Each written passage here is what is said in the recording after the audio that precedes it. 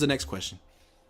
Will the 49ers Super Bowl window close in 2024? I know you're thinking, crazy question. Sure, I'm not saying it will, but here's why I asked. I'm looking at overthecap.com, and these are going to be the Niners cap numbers for their top 8 players. And I guess there could be some extensions and some restructures, but as of now, Deebo Samuel's going to be making $28.5 million against the cap.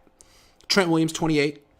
Bosa's probably going to be at 25, 26, just based on where TJ Watt's at in his 6th year of his contract. Eric Armstead, 25.8. Fred Warner, 22.1. George Kittle, 19.8. Travarius Ward, 15.4. And Christian McCaffrey, $12 million. That's 8 players taking up $177 million. And next year, the cap's going to be 224. So I'm thinking 24, it'll be roughly 240, a little bit more than, between 240 and 245. So, damn, that's like 3/4 of the cap tied up into 8 players. Eventually, you're going to have no depth left. Are you concerned? Well, it's always a concern. I mean, for every team, it's a concern. I am concerned. But, the one thing the 49ers did this year is they added a lot of young players to the organization. And a lot of those guys, even though the fans don't know it yet, the Niners know they can play. They give you an example is they're going to let Azeez Al-Shaair walk. And they're going to replace him with Marcelino McCrary-Ball. Who they just signed today. Yeah, who they signed today. And McCrary-Ball is a baller. He is absolutely a player. You called that, by the way. And they didn't give him an extension. Everyone was like, well, I guess, was Larry wrong? Boom, here's extension. Nope. Here it is. Yeah, here it is. And it's separate from those guys. So what it really means is he got more. Correct. He probably got more than those guys. As you pointed out. But I mean, so he's nice, and he can run and hit, and he played corner at times in college, and obviously he played collegiate safety, and now he's had a year to adjust to their system. So they've got a few guys on their roster kind of like that, who are players, and so they're kind of fortified against this year's free agents if some of these guys decide to walk, Azeez being one, even though I love Azeez, but Azeez himself was an undrafted free agent who's going to secure the bag in Houston, I would think. So yeah, I think here's the question. What's the window? Who's the window tied to? Most teams it's tied to your quarterback. Right. Well, if Brock Purdy is a flash in the pan, then the 49ers window might not even be open right now, to be honest, because they have no quarterback that's proven that they can win games with. If Brock Purdy Bosa's going to be making quarterback money. Bosa's going to be making quarterback money. Eventually, he's going to get so expensive, it's going to get tricky to put together the roster they have now. I'm not saying don't pay Bosa, although I'm not saying pay him, because we just talked a minute ago about spending a lot of money on pass rushers. And look, the thing about Bosa is great player.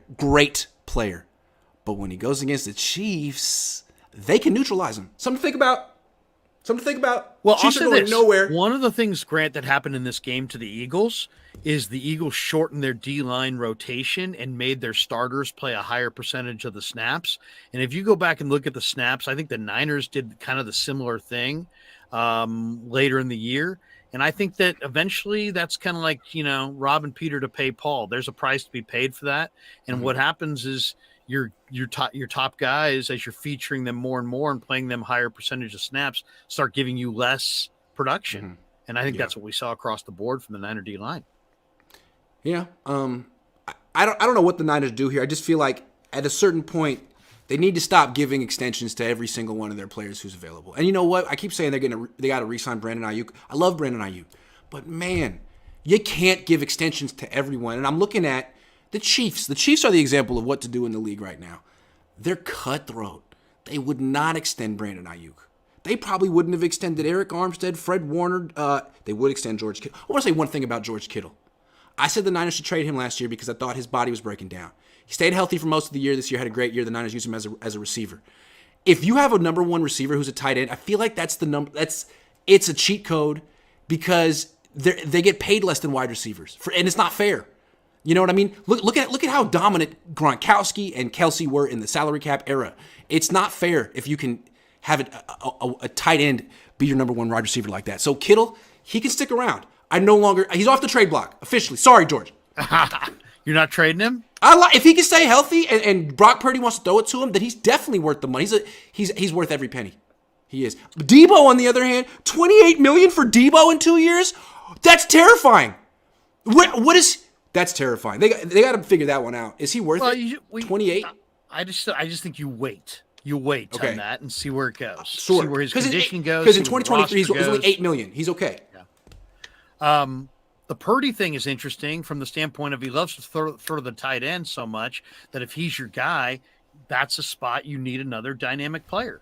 How great would the Niners be with Pitts if they could add somebody like that, the Atlanta kid, or a big time player? I love Michael Mayer, if the kid out of Notre Dame in this draft. I mean, if they had a big time second tight end who had some speed, was dynamic, that would really help.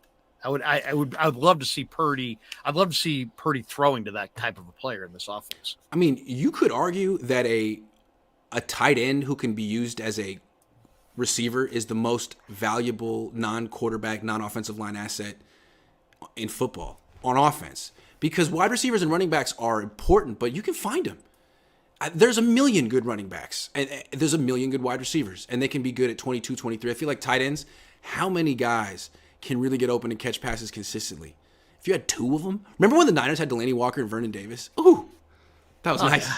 That was nice. Yeah. Yeah. Yeah. I mean, and two tight end sets. Two tight ends. I mean, there were, he obviously became a nut job or was a nut job, but I know where you're going with this. I was going to say it, and I was going to like, you know what? Let's not mention it. Gronk and Aaron Hernandez. I knew. Yeah, that was the other one. Yes. If you had two, having one, Kansas City has one, and that's enough. But if you have two, I'm with you, because George Kittle has to block too much. He's a good blocker, but all the financial value is him catching passes, catching touchdowns. He can do it. Free him up, and get another one too, because George's going to be 30. By the way, Noah Gray, number 83, for those of you who watch the game so closely week to week, was blocking Hassan Reddick multiple times in this game. I do feel he had a running back helping him, but also I want to say that Tyler Kroft, they should not re-sign Tyler Kroft. He went from inactive to blocking Hassan Reddick. He should have just stayed inactive. That's what I think. Ross Dwelley, the most disrespected 49ers ever? I don't know. We'll have to talk about that